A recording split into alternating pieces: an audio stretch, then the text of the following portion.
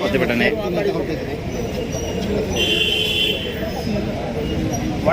ಒಳ ಮೀಸಲಾತಿ ಇಲ್ಲದೇ 56,432 ಉದ್ಯೋಗಗಳನ್ನು ರಾಜ್ಯ ಸರ್ಕಾರ ನೇಮಕಾತಿ ಮಾಡೋದಕ್ಕೆ ಸುತ್ತೋಲೆ ಹೊಡೆಸಿರೋದನ್ನು ಪ್ರತಿಭಟಿಸಿ ಇಡೀ ರಾಜ್ಯದ 31 ಜಿಲ್ಲೆಯಲ್ಲೂ ಕೂಡ ಜಿಲ್ಲಾಧಿಕಾರಿಗಳ ಕಚೇರಿಗೆ ಮಾದಿಗ ಸಂಘಟನೆಗಳ ಒಕ್ಕೂಟದಿಂದ ಬೃಹತ್ ಪ್ರತಿಭಟನಾ ಪ್ರದರ್ಶನವನ್ನು ಇವತ್ತು ಮಾಡಿದ್ದೇವೆ. ಅದೇ ರೀತಿಯಲ್ಲಿ ಬೆಂಗಳೂರಲ್ಲೂ ಕೂಡ ಮೌರ್ಯ ಸರ್ಕಲ್ನಿಂದ ಮುಖ್ಯಮಂತ್ರಿ ಮನೆಗೆ ಮುತ್ತಿಗೆ ಆಗುವಂಥ ಕಾರ್ಯಕ್ರಮವನ್ನು ಕೂಡ ಮಾಡಿ ಕೂಡಲೇ ಕರಾಳ ಸುತ್ತೋಲೆಯನ್ನು ವಾಪಸ್ ಪಡಿಬೇಕು. ಒಳ ಮೀಸಲಾತಿ ಇಲ್ಲದೇ ಉದ್ಯೋಗ ತುಂಬುವುದೇನಿದೆ ಇದು ಮಾದಿಗ ಮತ್ತು ಮಾದಿಗ ಸಂಬಂಧಿತ ಸಮಾಜಕ್ಕೆ ಮರಣ ಶಾಸನ. ಆದ್ದರಿಂದ ಇದನ್ನು ಹೊಡೆಸಿರುವಂಥ ಸುತ್ತೋಲೆ ಏನಿದೆ ಉದ್ಯೋಗ ನೇಮಕಾತಿಗೆ ರದ್ದು ಮಾಡಿ ಒಳ ಮೀಸಲಾತಿ ಒಳವಡಿಸಿ ಉದ್ಯೋಗ ನೇಮಕಾತಿ ಮಾಡಬೇಕು ಅಂತ ಆಗ್ರಹಿಸಿ ನಾವು ಇವತ್ತು ಈ ಕಾರ್ಯಕ್ರಮವನ್ನು ಆಯೋಜಿಸಿದ್ದೇವೆ. ಮುಖ್ಯಮಂತ್ರಿ ಮನೆಗೆ ಮುತ್ತಿಗೆ ಆಗುವಂಥ ಕಾರ್ಯಕ್ರಮ ಇವತ್ತಿದೆ. ಪೊಲೀಸು ನಮಗೆ ಮುಖ್ಯಮಂತ್ರಿ ಮನೆಗೆ ಹೋಗೋದಕ್ಕೆ ತಡೆ ಒಡ್ಡಿದ್ದಾರೆ. ಆದ್ದರಿಂದ ಈ ಸರ್ಕಾರ ಈ ರೀತಿಯ ಒಂದು ನಮ್ಮನ್ನು ಕಾರ್ಯಕ್ರಮ ತಡೆಯುವಂತಹ ಒಂದು ಕ್ರಮವನ್ನು ಇದು ಅಭಿವ್ಯಕ್ತಿ ಸ್ವಾತಂತ್ರ್ಯಕ್ಕೆ ಸಂವಿಧಾನಕ್ಕೆ ಮಾಡಿದಂಥ ಅಪಮಾನ ಅಂತ ಈ ಮೂಲಕ ನಾನು ಹೇಳಕ್ಕೆ ಇಚ್ಛೆಪಡ್ತೀನಿ. ಸನ್ಮಾನ್ಯ ಶ್ರೀ ಮುಖ್ಯಮಂತ್ರಿ ಸಿದ್ದರಾಮಯ್ಯನವರು ಒಳ ಮೀಸಲಾತಿಯ ಕಟ್ಟ ವಿರೋಧಿಗಳು. ಒಳ ಮೀಸಲಾತಿ ವಿರೋಧಿಗಳ ಜೊತೆಯಲ್ಲಿ ಸಿದ್ದರಾಮಯ್ಯನವರು ರಾಜಿ ಮಾಡಿಕೊಂಡು ಒಳ ಮೀಸಲಾತಿ ವಿರೋಧಿಗಳ ಒತ್ತಡಕ್ಕೆ ಮಣಿದು ಇವತ್ತು ಒಳ ಮೀಸಲಾತಿ ಇಲ್ಲದೇ ಉದ್ಯೋಗ ತುಂಬ ಕೊಟ್ಟಿರುವಂಥದ್ದು ಅತ್ಯಂತ ಅನ್ಯಾಯ, ಸಂವಿಧಾನ ಬಾಹಿರ, ಅವೈಜ್ಞಾನಿಕ ಮತ್ತು ಕಾನೂನು ಬಾಹಿರ ಅನ್ನೋದನ್ನು ಈ ಸಂದರ್ಭದಲ್ಲಿ ಹೇಳಿ ಇವತ್ತು ಇಡೀ ರಾಜ್ಯಾದ್ಯಂತ ಪ್ರತಿಭಟನೆಯನ್ನು ಮಾಡ್ತೇವೆ. 27ನೇ ತಾರೀಕಿನ ಸಚಿವ ಸಂಪುಟ ನಡೀತದೆ. ಈ ಸಚಿವ ಸಂಪುಟದಲ್ಲಿ ಉದ್ಯೋಗದಲ್ಲಿ ಒಳ ಮೀಸಲಾತಿಯನ್ನು ಅಳವಡಿಸ್ತಾ ಹೋದರೆ ರಾಜ್ಯಾದ್ಯಂತ ಬೆಂಕಿ ಹತ್ಕೊಂಡು ಉರಿತಾ ಇದೆ. ಏನಾದರೂ ಅಹಿತಕರ ಘಟನೆ ನಡೆದರೆ ಸಿದ್ದರಾಮಯ್ಯ ಮತ್ತು ಸಿದ್ದರಾಮಯ್ಯನವರ ಸರ್ಕಾರ ಹೊಣೆ ಆಗಬೇಕಾಗ್ತದೆ.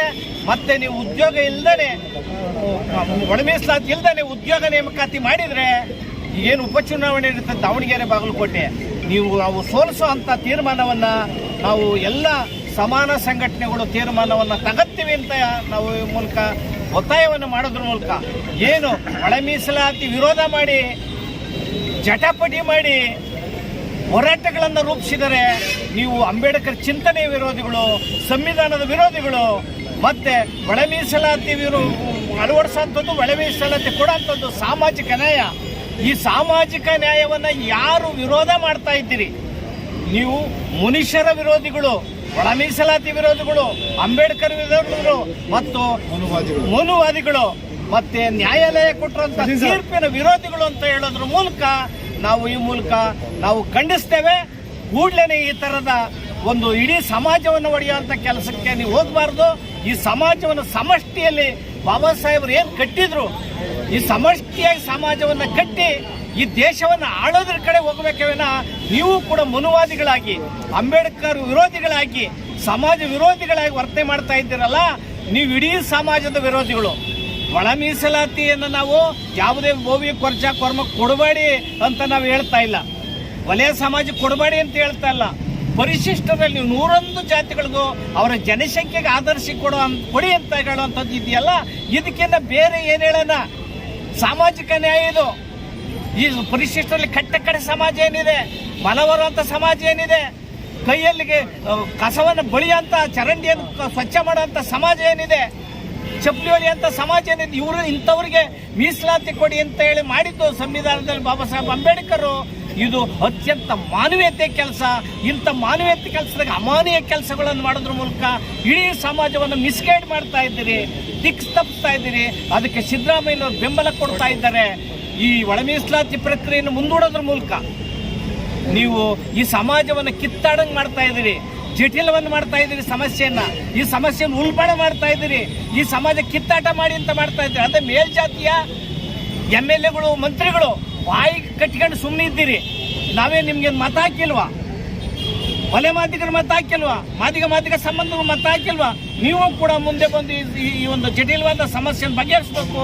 35 ವರ್ಷಗಳಿಂದ ಏನು ಹೋರಾಟ ಮಾಡಿದೆ ಮಾದಿಗ ಸಂಬಂಧಿತ ಸಮಾಜ, ಅದಕ್ಕೆ ನ್ಯಾಯವನ್ನ ಕೊಡಬೇಕು. ಅನೇಕ ಜನರು ಪ್ರಾಣ ಕಳ್ಕೊಂಡಿದ್ದಾರೆ, ಜೀವ ಕಳ್ಕೊಂಡಿದ್ದಾರೆ.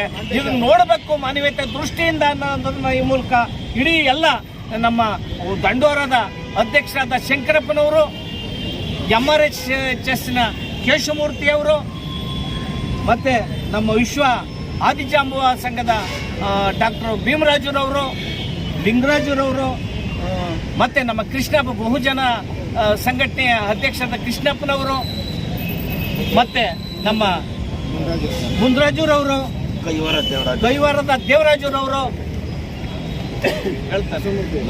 ನರಸಿಂಹಮೂರ್ತಿ ಅವರು, ಜಯರಾಮ್ ಅವರು, ಕಾರ್ಪೊರೇಷನ್ ಜಯರಾಮರವರು, ಸಿದ್ದರಾಜುರವರು, ಇನ್ನು ಅನೇಕ ಮುಖಂಡರು, ಲಕ್ಷ್ಮಿ ಅವರು ಹಿರಿಯ ಮುಖಂಡರು, ಭೀಮಪ್ಪನವರು, ಬೈಲನ್ನವರು, ಕೋದಂಡ್ರವರು, ಸುಬ್ರಹ್ಮಣ್ಯ ಅವರು, ಇನ್ನು ಅನೇಕ ಮುಖಂಡರುಗಳು ಇಲ್ಲಿ 50ಕ್ಕೂ ಹೆಚ್ಚು ಮಾದಿಗ ಮತ್ತು ಮಾದಿಗ ಸಂಘಟನೆಗಳ ಎಲ್ಲ ಮಾನವೀಯ ಸಂಘಟನೆಗಳು ಒಟ್ಟಿಗೆ ಸೇರಿ ಇಡೀ ರಾಜ್ಯಾದ್ಯಂತ ಹೋರಾಟವನ್ನು ಮಾಡ್ತಾ ಇದ್ದೇವೆ. ಇದು ಮುಗಿದ ಹೋದರೆ ಮುಂದಿನ ದಿನದಲ್ಲಿ ಬೃಹತ್ ಹೋರಾಟವನ್ನ ನಾವು ಮಾಡ್ತೇವೆ. ಮತ್ತೆ ಮುಂದಿನ ದಿನದಲ್ಲಿ ಕಾಂಗ್ರೆಸ್ ಅನ್ನ ಬುಡಸಹಿತ ಇಲ್ದಂಗೆ ಮಾಡ್ತೇವೆ ಅನ್ನೋ ಮಾತನ್ನು ಹೇಳಿ ಈ ಕಾರ್ಯಕ್ರಮವನ್ನ ನಾವು ಮುಂದುವರಿಸ್ತೇವೆ.